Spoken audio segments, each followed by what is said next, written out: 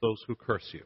Now, this is the Abrahamic covenant, but we've never fully gotten into the depths of this. And this thing has affected world history from the days of Pharaoh to our day. And what I want to just give you an idea of, and there's more to it than we think, but what I give an idea of is that this thing goes back in ancient times, how exact this is. I want to show you how it happened, how exact this is in ancient history. You know, you see in Daniel the four kingdoms. You see the lion with the wings, that's Babylon. You see the bear. When God said to Abraham, I will bless those who bless you, curse those. You think, okay, you got that. But it's more than that. It's the principle of reciprocity. Not just I will bless those who bless you, but I will do to you as you have done to Israel. So it's not just blessing and curses. It's in the same way God will do to that nation or kingdom. So let me give you an example. Let me show you how exact this is. Egypt. Okay, what did Egypt do? Egypt enslaved the Jewish people, took their things, defrauded them, stripped them of their possessions, stripped them, made them slaves. What happened to Egypt? At the same time that you have the Exodus, all of a sudden in its history, the great Egyptian empire, which is the center of the world, suddenly collapses. Everything collapses. And what happens is, from that moment on, Egypt keeps descending and descending and descending till it becomes used by the other nations. It actually becomes a slave of other nations. For the rest of its history, it is stripped, it is defrauded. As they did to Israel, that's what happened to Egypt. It becomes a second-rate power from the greatest kingdom in the world. It becomes literally a slave to nations. That's Egypt. What's the next great power? We spoke about it today. Assyria. The Assyrian empire of terrorism, brutality. What did they do? This is the harbinger. They came in, they brutally destroyed Israel, the northern kingdom. They razed it to the ground. They massacred the people. They took the others away, and there you have the 10 lost tribes. You don't know. There's still argument about where they are. It ended the northern kingdom of Israel. So according to the ancient principle of the Abrahamic covenant, what would happen to Assyria? Well, what happened to Assyria is, in 612 BC, the other nations rise up. Babylon rises up. All these nations rise up in a fury, and they completely wipe out the Assyrian empire, just like that. Wiped out, as they had done to Israel. There is barely a trace of it left. When Alexander the Great went by, where Nineveh and all, he didn't even know there was anything there. It was just a little mound. Assyria was wiped out more than almost any nation has ever been wiped. As they wiped out Israel, the northern kingdom, Assyria was wiped out and became ruins, exactly as they had done to Israel.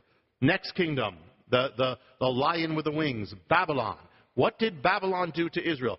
They were bad. They weren't as bad as Assyria, but they were bad. What they did is, they didn't totally wipe out. What they did is, they did destroy the land, but they took the people of Israel out of Israel. They deported them to Babylon, the great Babylonian captivity. They exiled them. They depopulated Jerusalem, so it became a ghost city. Now think about the Abrahamic covenant. What happened to Babylon? Babylon, if you read on and what happened to that city, Babylon became depopulated. The citizens were removed from Babylon. There was an empty city, just like they had done to Jerusalem. And God says, you look at the prophecies, Isaiah and Jeremiah, it says, it'll be abandoned, not even the animals will dwell there. Well, that's exactly what happened. Babylon became a ghost city, just as they had made Jerusalem. Let's look at the next one. The bear, Persia. What happened to Persia? Persia, well, what did they do to Israel first? Persia rose up. They took over Babylon, and then under Cyrus, they said, go back, you can go back to Israel. We'll let you continue as a nation. You know, Israel could think we're finished, but God says, I'm going to raise up Cyrus, and he's going to say, go back, you can go back to Israel. So what he did, now you can't be a great kingdom, but you can go back and you can be a province of Persia. So you'll go back, you can continue your history, but under us as a lesser version of the kingdom you were.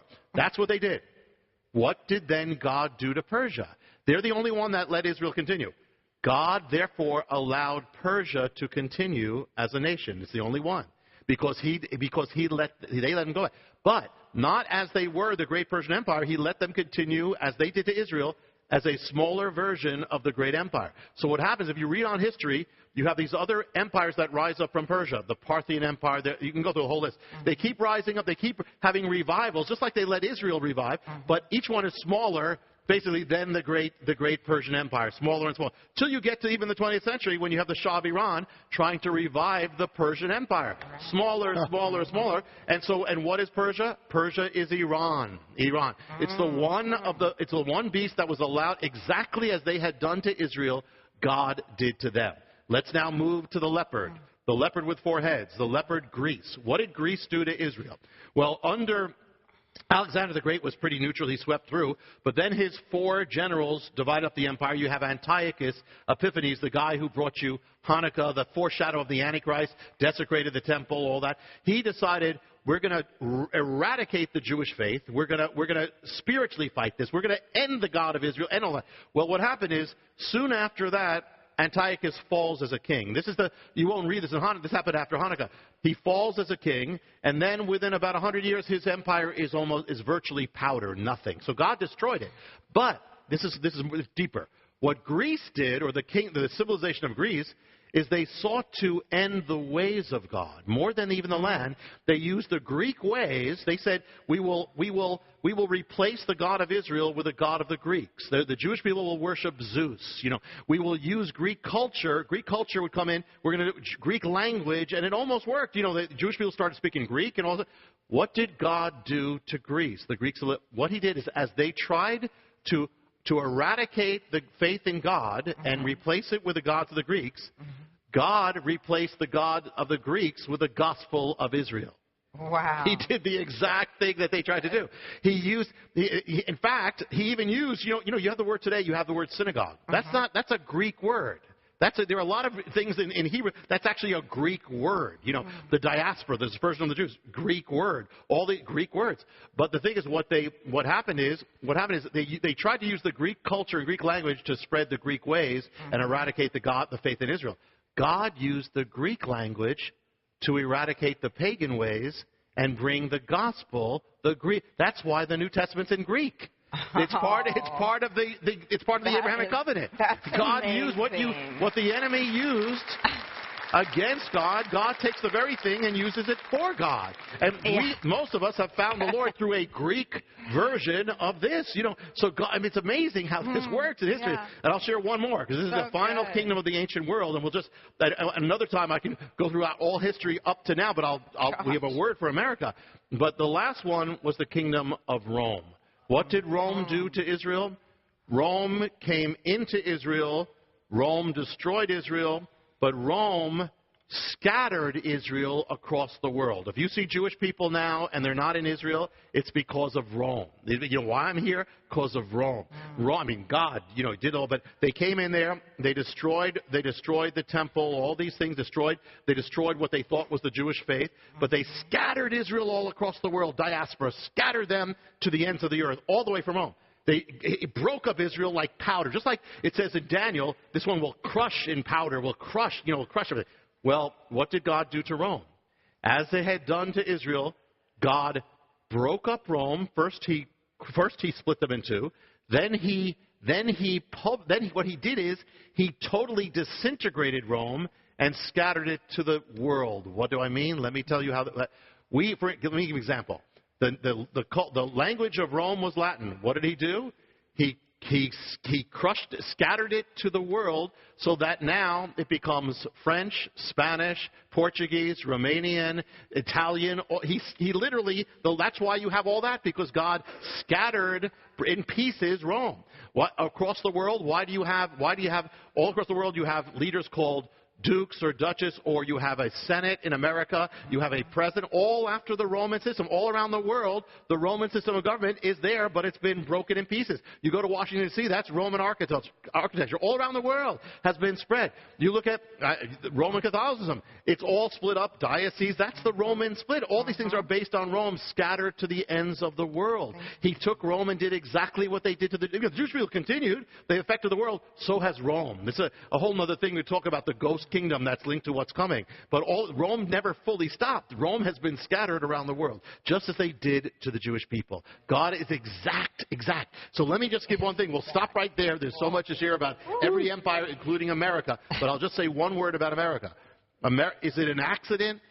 It says, as you have done. Is it an accident that America just happens to be the nation in modern history that blessed the Jewish people by receiving them in, giving them refuge more than any other nation, blessed Israel more than any, supported them more than any nation, just happens to be the same nation that is the most blessed, has been the most blessed nation on earth.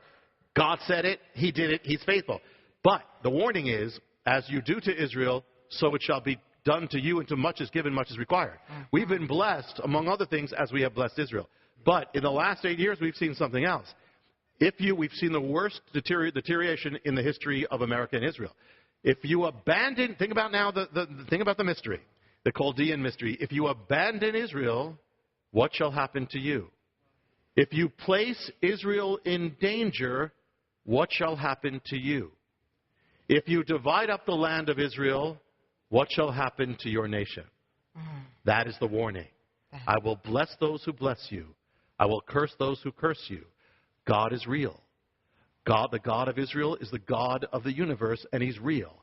And when He gives a word, it's true. Depend on it. Take it seriously, because it's true. And if He gives a warning, take it seriously. And if He gives a promise, if He's kept His promise to Abraham for 4,000 years, He will surely keep His promise to you. Yes. Amen. Amen. Oh, God.